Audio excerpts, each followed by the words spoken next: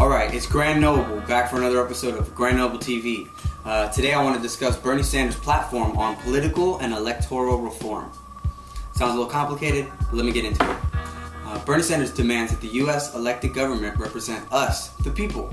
Seems pretty simple, right? Like I discussed in my original video, the average citizen, myself included, is starting to feel disenfranchised, and we fear that we're losing out on what has historically made America great, our system of democracy. Instead, we're moving towards an oligarchy.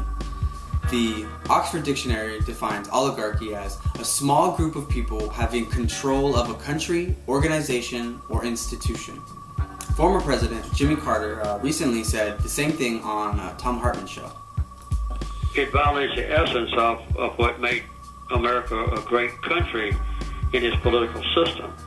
Now it's just an oligarchy with unlimited political bribery being the essence of getting the nominations for president or to elect president. And the same thing applies to governors and U.S. senators and Congress members. So now we've just seen a complete subversion of our political system as a payoff to major contributors who want and expect and sometimes get favors for themselves after the election's over. The United States, in theory, is a democratic republic, where the voices of the many are represented by those elected to political office. However, according to a recent study by Princeton University, the government no longer reflects most of us. In fact, the study says that the preferences of the average American appear to have only a minuscule, near zero, statistically non-significant impact upon public policy. That sounds pretty depressing. The wealthy, on the other hand, well, their opinion actually matters. So, what does Bernie Sanders propose we do? Well, most importantly, we need to overturn the disastrous Supreme Court decision, Citizens United. You've probably heard this term a lot recently, but let me explain it to you. The Supreme Court decided that corporations could now funnel unlimited sums of money into elections as a form of the people's free speech. This is implying that corporations are people and money equals speech. The reason why this ruling is horrible is that it makes it that much easier for the richest people to completely dominate our supposed democratic election process. Basically, it amounts to legalized bribery. The good news, there's a spending limit. The bad news, the limit only applies if the money gets donated directly to their campaign. Well, this ruling, grouped with another, allows corporations to donate money to something called a super PAC. You may have heard this term as well, but don't understand exactly what it is. Google defines super PACs as a type of independent political action committee which may raise unlimited sums of money from corporations, unions, and individuals, but is not permitted to contribute directly to parties or candidates. Wow, how conveniently these two rulings fit together. Fun fact, in the 2010 congressional races, super PACs spent over $60 million. We aren't very far in the 2016 presidential race yet. It's only end of August, beginning of September. But as small as 400 families have already donated over $150 million. That's almost 3 times what was spent in 2010 congressional races. So wealthy individuals and corporations can now legally throw unlimited sums of money to influence the political process. This sounds like oligarchy. I'd like to note here that Bernie Sanders does not have a super PAC. He continuously mentions being focused on building a grassroots campaign.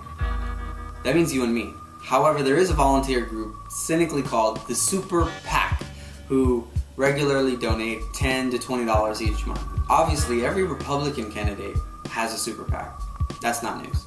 But the other Democratic candidates, Hillary Clinton and Martin O'Malley, also have super PACs. And yet they've both come out to condemn background money in politics. Seems like a conflict of interest to me, or a flat out lie. So how do we fix this? Bernie Sanders wants to add an amendment to the Constitution.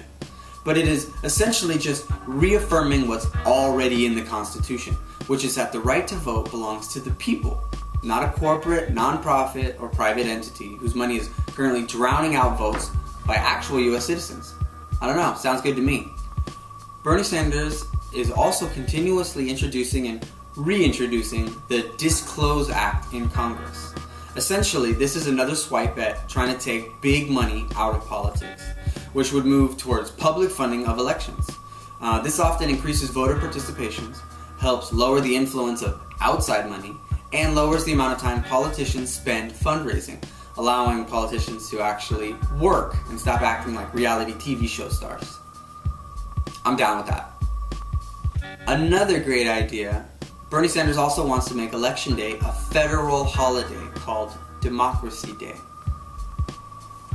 He has said, "In America, we should be celebrating our democracy and doing everything possible to make it easier for people to participate in the political process. Election Day should be a national holiday so that everybody has the time and opportunity to vote." I don't think I even need to further explain this. We definitely need this, and I don't think anybody's going to complain about having another national holiday. And I will add that U.S. voter turnout is extremely low compared to the rest of the world. Bernie Sanders also wants to restrict something called gerrymandering. It's a super complicated, convoluted, confusing process, essentially giving one political party an advantage over the other by literally redrawing district lines. Just know it's bad for us, and Bernie says it's got to be fixed. I found a great video explaining gerrymandering by AJ Plus Al Jazeera, so let's go to a clip of that. Whenever elections happen, people start talking about gerrymandering. No, not him. Gerrymandering is when one party redraws district borders in order to win more than the opposition. Take State X, for example. It has 5 districts, 2 political parties, and an elected official for each district. Here's what the districts looked like before, and here's what they looked like after they were gerrymandered. Same number of voters, completely different outcomes. All of this is done so the party doing the redistricting can win more seats, and this leads to unequal representation. Now here's what that really looks like. Yep, those are actual congressional districts. So is it fair to change geography in order to win? Alright, it's GrandNoble with GrandNoble TV. Stay tuned. I'm going to drop a couple more videos in the future, sort of going in depth to some of Bernie Sanders' other political platforms, just like I did in this one. Peace.